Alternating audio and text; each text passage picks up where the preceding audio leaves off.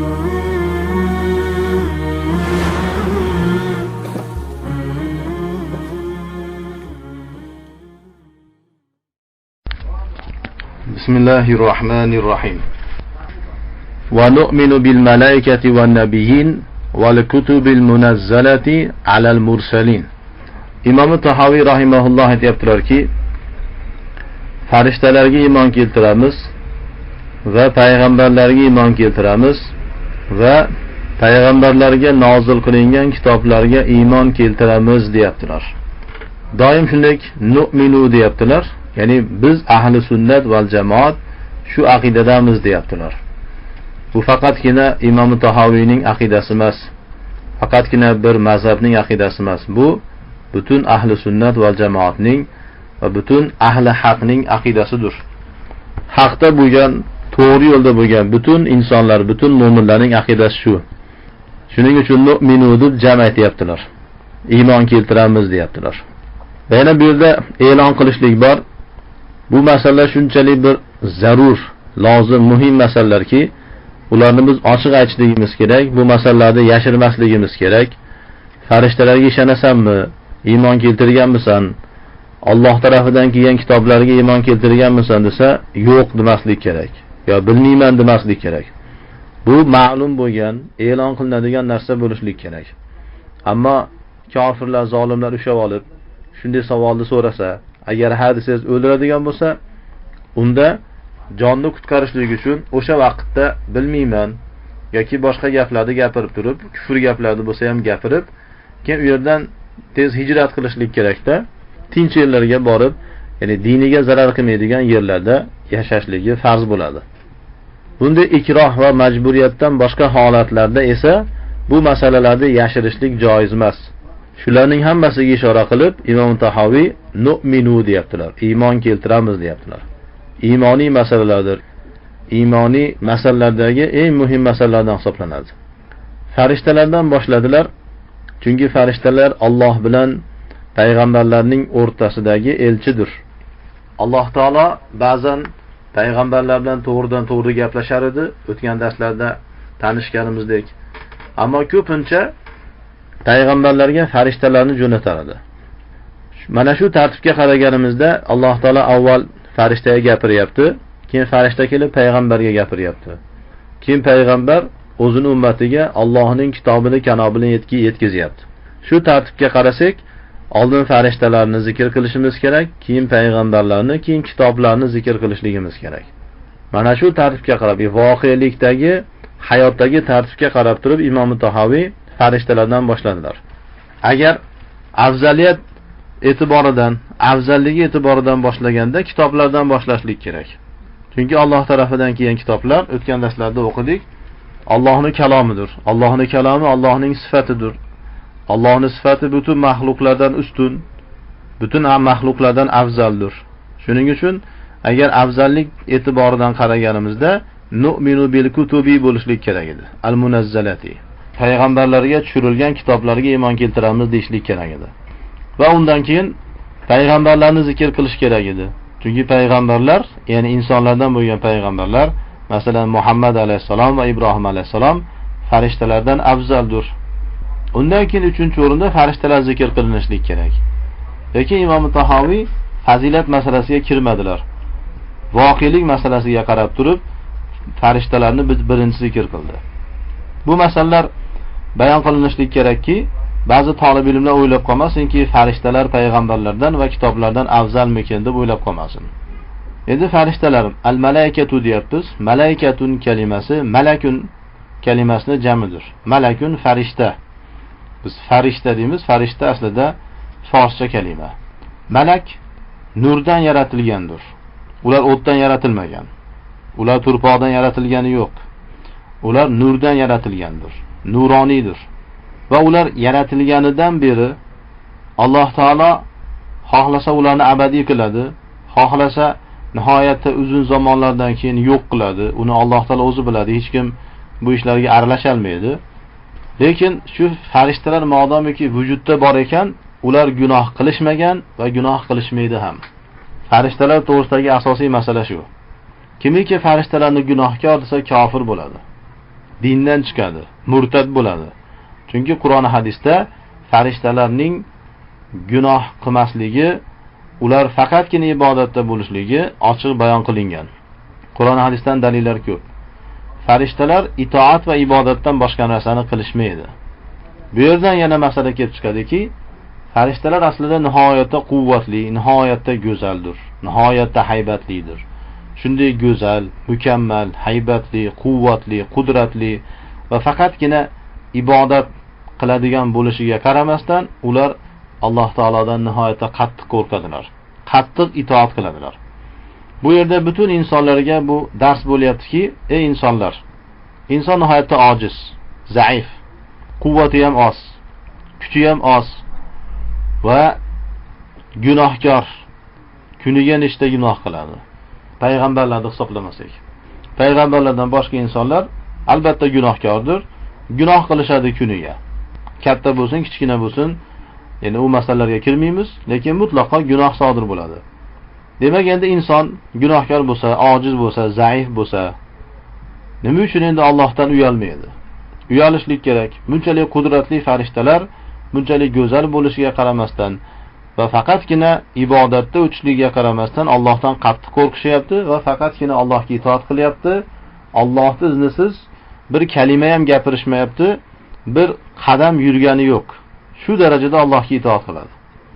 Insonlar, xususan mu'minlar, farishtalar masalasidan ibrat olib, Allohga qattiq itoat qilishlik kerak. Qur'on hadisning hukmi bo'lmasa, zarra qadar amalni ijro qilmaslik kerak.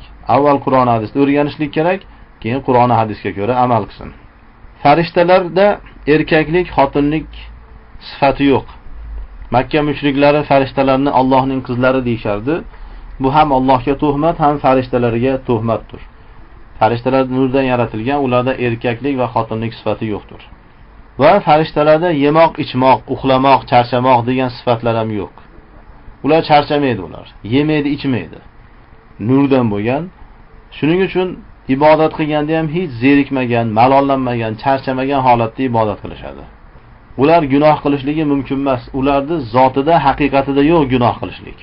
Shuning uchun farishtalar gunoh qilishi mumkin deganlar kofir bo'ladi va ular islomni tushunmagan, Qur'on hadisni tushunmagan insonlardir. Ba'zilar shaytonni ham avvalida farishta bo'lgan deydi, noto'g'ri. Chunki farishtalar mana gunoh qilmaydi deyapmiz. Shayton gunoh qildi, demakki u farishta emas ekan, aniq ekan. Va Qur'onda ham Alloh taolo shayton to'g'risida u jinlardan bo'lgan edi deb ochiqchasiga aytadi. Shayton o'zi ham Qur'onda aytadi: "Xaloqtani min narin", meni o'tdan yaratding deydi Alloh taologa. Mana shaytonning o'zi ham men o'tdan yaratilganman degandan keyin endi ba'zi olimlar shayton aslida farishtalardan bo'lgan edi deyishligi nihoyatda uyat bir gap. Va farishtalar ularning maskani aslida osmondir. Farishtalarning adadini Allohdan boshqa hech kim bilmaydi. Shu darajada ko'p. Va ma ya'lamu junuda robbika illa hu. Alloh taolo Mudassir surasida aytayapti. Robbini qo'shinlarini undan boshqa hech kim bilmaydi deyapti. Va shu yerda junudundan qo'shinlardan maqsad farishtalardir. Nihoyat darajada ko'p. Payg'ambarimiz alayhisalom hadislarda aytadilarki, osmonda har 4 enlik yerda bir farishta ibodat qilib turibdi deydilar. Va yomg'ir yoqqan vaqtda osmondan tushib turgan har bitta tomchi bilan birgalikda bir farishta nozil bo'ladi. Har bir tomchi bilan. Shu suv qaysi daraxtga ketyapti? Bu suv qaysi gulga ketyapti? Bu suv qaysi insonga ishlayapti? Bu suv qaysi hayvonga, qaysi qushga, qaysi hasharotga? Hammasini tekshirishlik uchun har bittasiga Alloh taolo alohida mustaqil bir farishta tayin qilgan. Dunyoda bo'lib turgan ishlarni hammasida farishtalarni Alloh taolo vakil qilgan. Farishtalarning ba'zilarining ismlari zikr qilingan. Masalan, Jabroil, ba'zan Jibril deyiladi. Bular hammasi to'g'ri. Va Isrofil va Mikoil va Malik, jahannamda azob beradigan farishta. Va shunga o'xshagan ismlari zikr qilingan farishtalarga ismlarni zikr qilib iymon keltiramiz. Ularni inkor qilmaymiz. Ismlari zikr qilinmagan farishtalarga ismlarini zikr qilmasdan, tayin qilmasdan iymon keltiramiz. Masalan, Malakul Maut, o'lim farishtasini odamlar Azroil deyshadi, lekin insonlarning jonini, ruhini chiqaradigan farishtaning oti Azroilligi to'g'risida oyatdan dalil yo'q va sahih hadisdan ham dalil yo'q. Shuning uchun uni Azroil deyishlik to'g'ri emas. Uni Malakul Maut deyishlik kerak. Hadislarda shunday kelgan. O'lim farishtasi deyishlik kerak. Ismi zikr qilinmagan farishtaga biz ism qo'ymaymiz o'zimiz tarafidan. Chunki farishtalar g'aybiydir. G'aybiy masaladir. Ularning kayfiyatlardan bahs qilmaymiz. Alloh taolo ularni o'zi xohlagandek qilib yaratgan. Va Qur'onda xabar beradi, ular bir-birlaridan farqli, hammasi bir xil emas. Albatta bir-biriga o'xshagan taraflari ham bor. Ammo har taraflama bir-biriga o'xshamaydi. Bir-biridan farqli bo'lgan taraflari ham bor. Va quvvatda ham, qudratda ham, go'zallikda ham, imkoniyatda ham, Allohga yaqinlikda ham farq qilishadi. Farishtalar ichida Allohga eng yaqini Jibril alayhisalom. Farishtalarning payg'ambari hisoblanadi Jibril alayhisalom, Mikoil alayhisalom va Isrofil alayhisalomlar. Farishtalarga muhabbat qilamiz, yaxshi ko'ramiz. Ularga nafrat qilmaymiz. Kimiki farishtalarga nafrat qilsa kofir bo'ladi. Wan nabiyin, nabiyun kalimasi nabiyun kalimasining jamidir. Mufradi nabiyun, jami esa nabiyuna. Hozir nabiyina maf'ul bo'lganligi uchun mansub holatda ya bilan kelyapti. Aslida nabiyuna bo'lgan. Payg'ambarlar. Nabiyun payg'ambar deymiz. Payg'ambar ham forscha kalima. Xabar olib keluvchi degani. Nabiy xabarchi, xabar olib keluvchi. Payg'ambarlar insondir. Ularning insonligini inkor qilgan kofir bo'ladi. Payg'ambarlar gunohdan saqlangandir. Alloh taolo ularni gunohdan saqladi. Butun payg'ambarlar eng mukammal insonlardir. Eng go'zal insonlardir. Va butun payg'ambarlar katta gunoh ham qilmagan, kichkina gunoh ham qilmagan. Kimiki payg'ambarlarni shuni katta gunoh qilgansa kofir bo'ladi. Ammo ba'zi oyat hadislarni noto'g'ri tushunib turib aytsa kofir bo'lmaydi-yu, qattiq xato qilgan bo'ladi, payg'ambarlarga aziyat bergan bo'ladi. Payg'ambarlarni Alloh taolo tug'ilganidan o'lguniga qadar kufrdan, shirkdan va insoniyatga xilof bo'lgan butun amallardan saqladi. Chunki payg'ambarlar insonlarga o'rnak bo'lib, namuna bo'lib keldi. Payg'ambarlar ham insondir, maxluqdir, Allohga muhtojdir. Farishtalar ham maxluqdir, ojizdir, Allohga muhtojdir. Farishtalarni ham, payg'ambarlarni ham yaxshi ko'ramiz, ularga ta'zimda bo'lamiz, hurmat ko'rsatamiz, muhabbat qilamiz, iymon keltiramiz. Ammo ularni haddidan tashqari hurmat qilmaymiz. Haddidan oshib ketdimi, shirkka olib boradi. Mana Makka mushriklari farishtalarni xudo qilib olishdi. Nasroniylar payg'ambarni Iso alayhisalomni xudo qilib olishdi. Yahudiylar ham payg'ambarni xudo qilib olishdi. Biz bunday qilmaymiz. Qur'on va hadis ko'rsatgan darajada hurmat, ehtirom ko'rsatamiz, muhabbat ko'rsatamiz. Undan tashqari zarra qadar tashqariga chiqmaymiz. Kimiki chiqsa adashadi, u shirkka borib tushadi. Biz Allohdan boshqa hech kimga ibodat qilmaymiz. Payg'ambarlar buyuk insonlar, mukammal insonlar, lekin ular hech qachon iloh bo'la olmaydi. Buni o'zlari ko'p aytgan. Kimiki payg'ambarlar yoki farishtalarni iloh qilib olsa, xudo qilib olsa, qiyomat kunida o'sha farishtalar va payg'ambarlar qattiq g'azab qiladi bularga. Aytadi, bizni Allohning huzurida sharmanda qilding, hijolat qilding deydi. Nimaga bizga ibodat qilasan deydi. Payg'ambarlar to'g'risida ham ba'zilari tayin qilingan, ismlari zikr qilingan: Odam alayhisalom, Nuh alayhisalom, Ibrohim alayhisalom, Musa alayhisalom, Isa alayhisalom, Muhammad alayhisalom va boshqa payg'ambarlardek. Va ko'pchilik payg'ambarlarda ismi zikr qilinmagan. Ismi zikr qilinganiga shundayligicha iymon keltiramiz, ismi zikr qilinmaganiga ham shundayligicha iymon keltiramiz. Ismi borini o'zgartirmaymiz, ismi yo'g'iga ism qo'ymaymiz. Va payg'ambarlarning adadi to'g'risida ixtilof bor. Ba'zilar 124 ming payg'ambar deydi. Ammo bu zaif hadislarda kelgan. Oyatda Alloh taolo aytadiki, ba'zi payg'ambarlarni sizga xabar berdik, ba'zilarini xabar bermadik deydi. Shu oyatda ma'lum bo'lyaptiki, payg'ambarlar ham ko'p o'tgan. Alloh taolo bizga Qur'onda xabar berganda ba'zilardan xabar bergan. Payg'ambarimiz alayhisalom xabar berganda ba'zilarini aytganlar, hammasini aytmaganlar. Shuning uchun faloncha payg'ambar o'tgan deshlik noto'g'ridir. Payg'ambarlar butun hayoti bo'yicha din xizmatida yashadilar.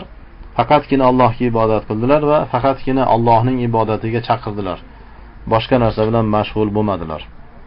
Va payg'ambarlar o'rnakdir, biz ularga ergashishligimiz kerak. Alloh taolo payg'ambarlarni yaxshi ko'radi va payg'ambarlarni bizga elchi qilib, namuna qilib jo'natdiki, insonlar payg'ambarlarning hayotini ko'rib o'rgansin va payg'ambarlardek yashasin. Payg'ambarlardek yashashligimiz bizga farzdir. Avom aytadiki, biz payg'ambardek bo'la olmaymiz, shuning uchun payg'ambar degan yashalmaymiz. Ditda o'zlarini fisq fasodiga, buzuq hayotiga dalil topishga harakat qiladi. Ammo bu shaytoniy dalildir.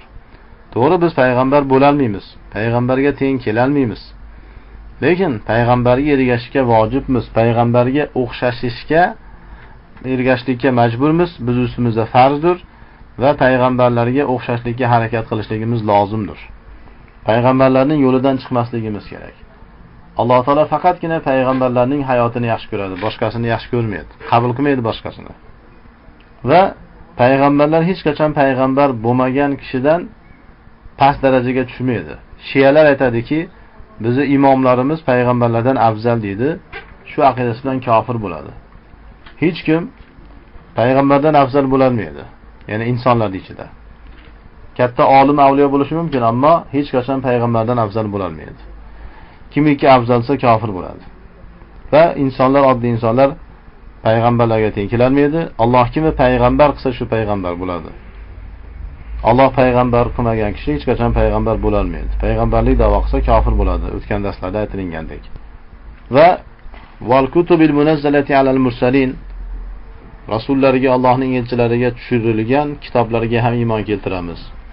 Butun kitoblarga iymon keltiramiz. Kitoblarning masalasi ham yuqoridagi masalalarga o'xshab, ba'zilari zikr qilingan, Qur'on, Injil, Tavrot, Zaburga o'xshab. Ba'zilari zikr qilinmagan.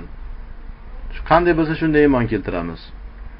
Va kitoblarning adadi to'g'risida ham muayyan bir dalil yo'q.